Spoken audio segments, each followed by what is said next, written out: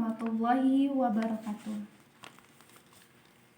Perkenalkan, nama saya Rosita Suryani. Saya mahasiswa psikologi Universitas Muhammadiyah Lampung. Di sini saya akan menjelaskan apa itu psikologi industri dan organisasi, serta apakah karir di bidang ini yang cocok buat teman-teman semua. Saya belajar psikologi industri dan organisasi itu saat menginjak semester 3.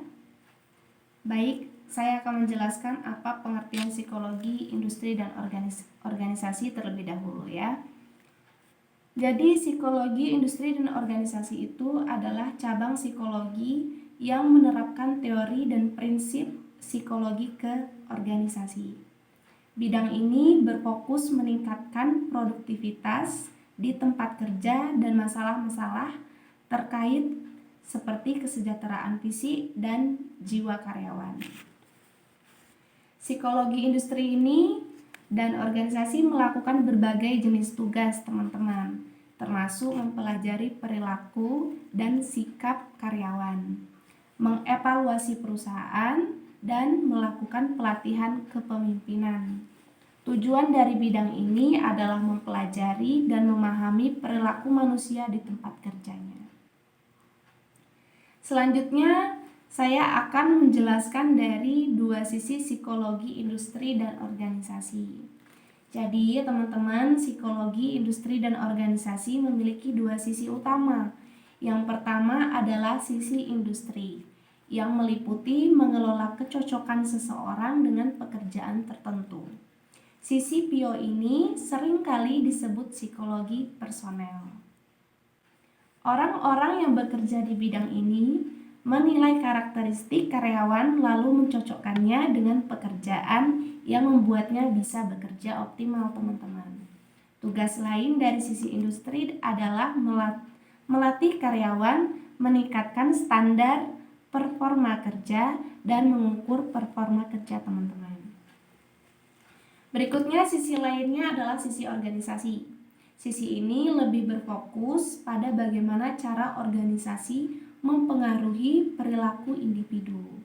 Struktur organisasi, norma sosial, gaya manajemen, dan peran ekspektasi menjadi faktor-faktor yang bisa mempengaruhi bagaimana perilaku manusia dalam berorganisasi.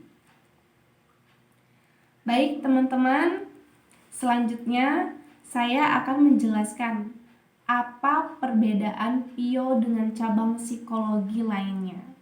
Nah, saat ini PIO diterapkan di lapangan. Riset teoritis juga berperan penting. PIO ini berakar pada psikologi eksperimen, teman-teman.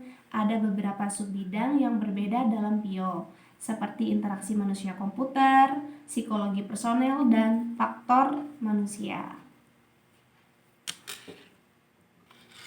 Baik, cukup jelas penjelasan dari pengertian psikologi industri dan organisasi. Dan saya akan menjelaskan sedikit prospek kerja dari psikologi industri dan organisasi. Jadi, prospek kerja psikologi industri dan organisasi ini cukup banyak ya, teman-teman. Nih, jadi teman-teman kalau lulus dari mata kuliah psikologi industri dan organisasi ini, teman-teman bisa bekerja sebagai individual kontributor seperti asisten dan asosiasi profesor, expert individual kontributor, kemudian full profesor dan manajerial seperti kepala departemen, dekan, wakil rektor maupun rektor. Kemudian ada HRD. Jadi HRD ini pengembangan sumber daya manusia. Jadi seperti karya kertas yang paling dicari ya teman-teman. HRD ini bagian dari perusahaan baik publik maupun swasta yang bekerja pada layanan sosial dan perusahaan. Kemudian selanjutnya adalah prospek kerjanya adalah sebagai konselor. Jadi staf ditugaskan untuk memberi saran teman-teman. Jika itu perusahaan, konsultan disarankan.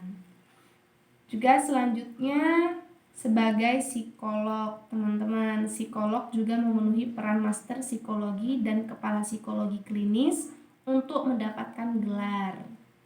Jadi psikoterapi perilaku juga digunakan bersama untuk orang dewasa, anak-anak, pendidikan, pengembangan industri, dan sosial militer. Selanjutnya sebagai guru BK, kemudian sebagai dosen psikologi. Nah, demikian teman-teman, itu prospek kerja dan pengertian dari psikologi industri dan organisasi. Apabila teman-teman masih bingung, teman-teman bisa berkomentar di bawah ini ya teman-teman. Terima kasih sudah menyaksikan video ini, semoga bermanfaat. Saya akhiri, wassalamualaikum warahmatullahi wabarakatuh.